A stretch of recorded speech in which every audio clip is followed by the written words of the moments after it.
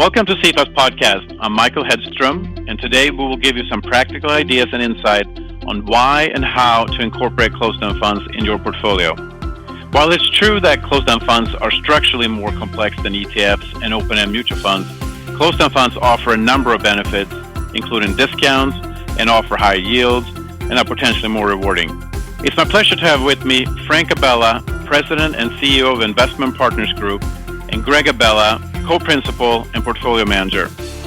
Frank and Greg have incorporated closed-end funds in their practice for a long time. Their firm, Investment Partners Asset Management, is a registered investment advisor and a fee-based advisory firm based in New Jersey. Frank and Greg, thank you for joining us today.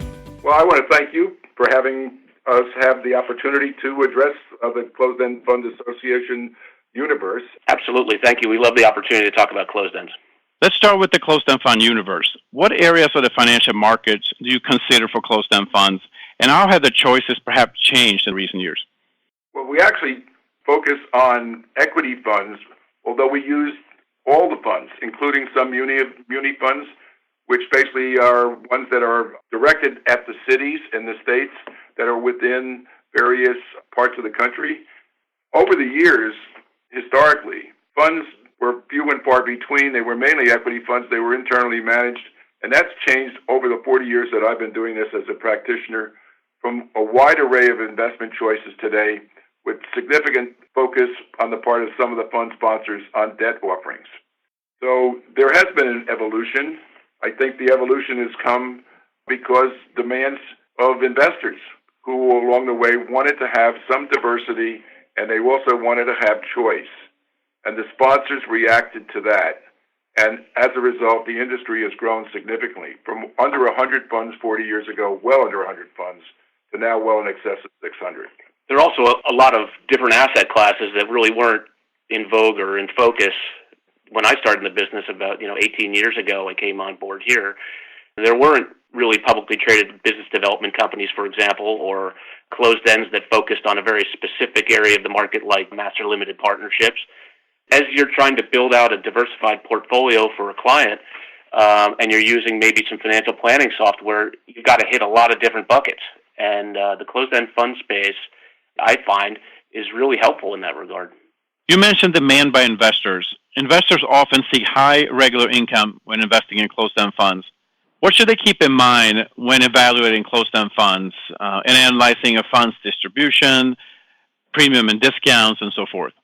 If you look at a fund strictly from the attribute of a discount, we're value guys and income guys. So, sometimes you look at a fund and say, wow, look at that yield, or wow, look at that discount.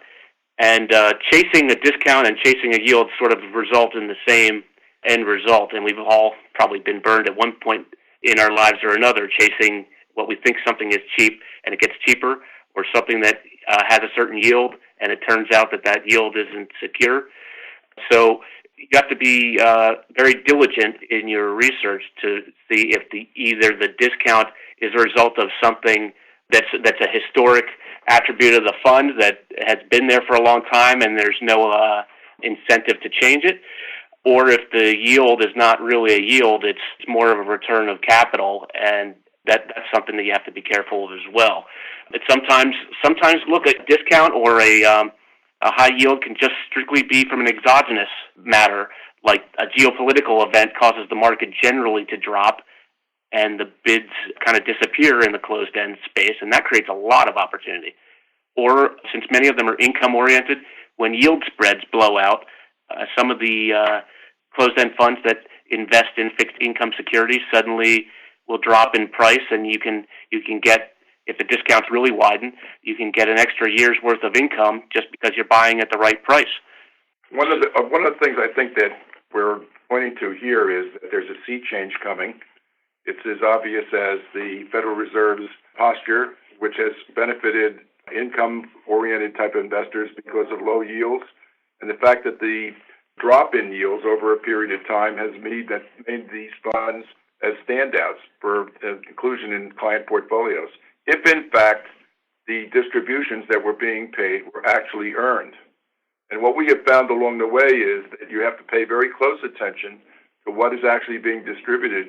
And when you don't get just the net investment income, but you get some idea of what the investment manager thinks they need to support the stock in the marketplace, and they pay out some portion of the capital appreciation, whether realized or unrealized, mainly unrealized, that this isn't sustainable.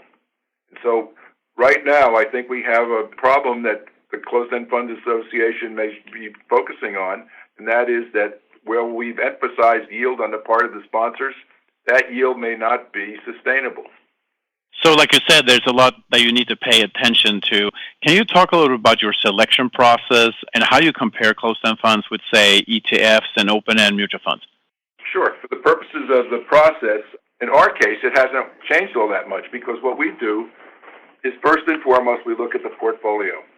If it's a portfolio that's made up of holdings, and you can easily do this, this is just take the 10 largest holdings in the portfolio in most cases, and if it's something that we think we don't have representation in terms of inclusion in client portfolios, then it makes us look further. If it looks like it's adding a bit of diversity to us in addition to the fact that it's something we don't cover, then that's even another plus. Then we look at the track record of the manager. And we look at, because each one of these companies, really the fingerprint or the footprint is actually in there by taking a look at what the manager is favoring currently. Well, it's a great point. There's probably never been an easier time to buy closed ends and research them because there's so many good sources of information. Like CEFs website, for example, is a great place to go. Back, a couple of decades ago when I started working with Frank, you had to comb through the holdings by, based on 13F filings, and you would have to calculate the discounts all by hand. And now you can sort by income, discount, sector. It's gotten much more efficient than it used to be. And as you're allocating, you can find a lot of attractive opportunities just because of the amount of data that's out there. Before we even make a judgment as to whether or not we're going to invest, we have to know a lot more about the fund structure. Leveraged funds in some environments are really great.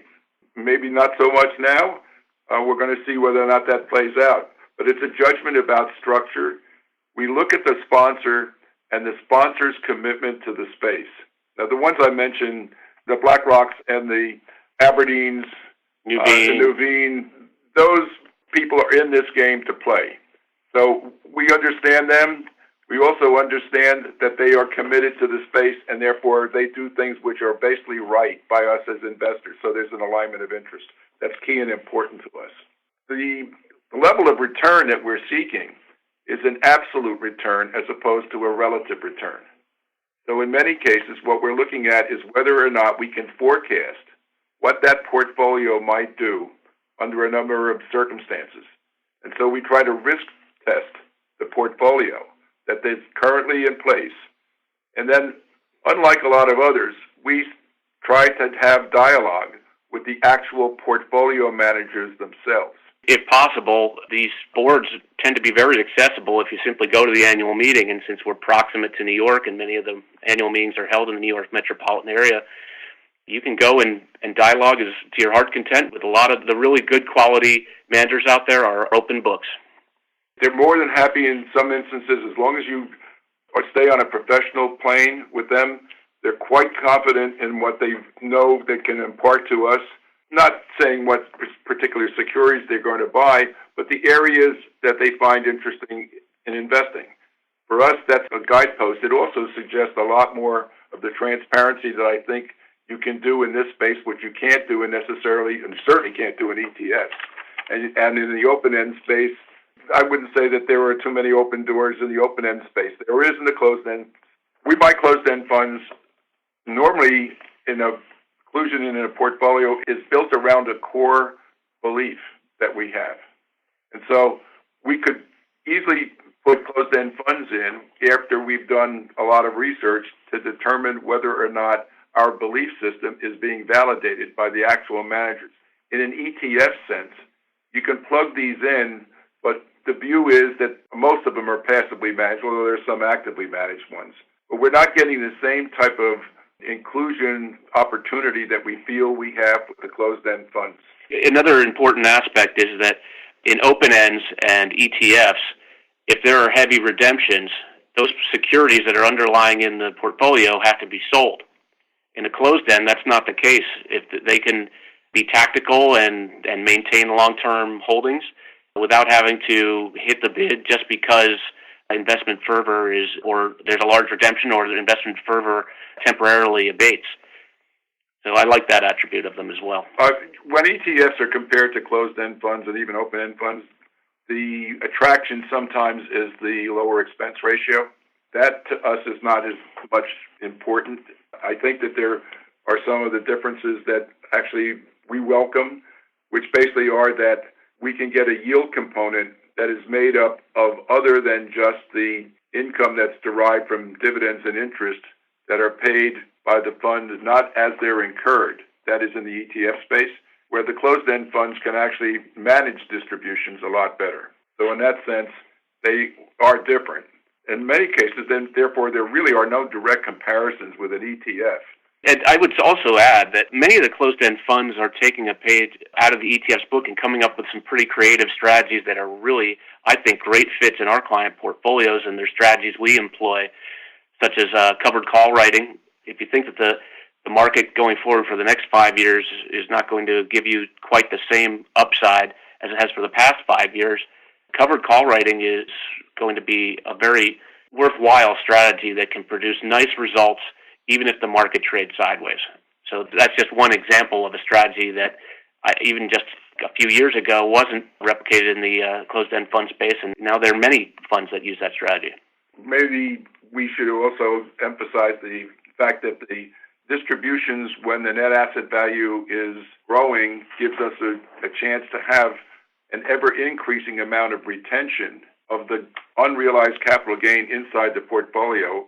And when that happens, you're now getting, if you reinvest in the fund, you're getting a compounding of the return that you can expect from a job well done on the part of the managers. The ETF space, not so much. So what we're doing, I think, is making an amalgam of all of the things that basically characterize why it is that the closed-end funds are far more attractive to us. The comparison with open-end funds, the plan sponsors basically are spending a lot of dollars advertising the rest of it on their open-end fund platforms, maybe not so much in the closed-end fund space. We'd like to see that change, by the way, if it were possible. But anyway, the point of it is, it probably is one of the things that contributes to the discounts. So, yeah, if you have one sponsor out there who has two funds that are very similar, one that trades at NAV and pays out X percent, and a similar portfolio that trades at a discount to NAV, and the yield is X plus 1, I'll take X plus 1 for an income investor.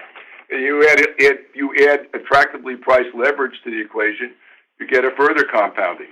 So the chance to produce alpha from the same type of portfolio that might be in an ETF is greater in the closed-end fund space, particularly if the discount looks like something that works to our advantage in terms of the distributions. I want to go back to something you touched on earlier. I know you place a lot of weight on an alignment of interest of the fund manager and the fund itself.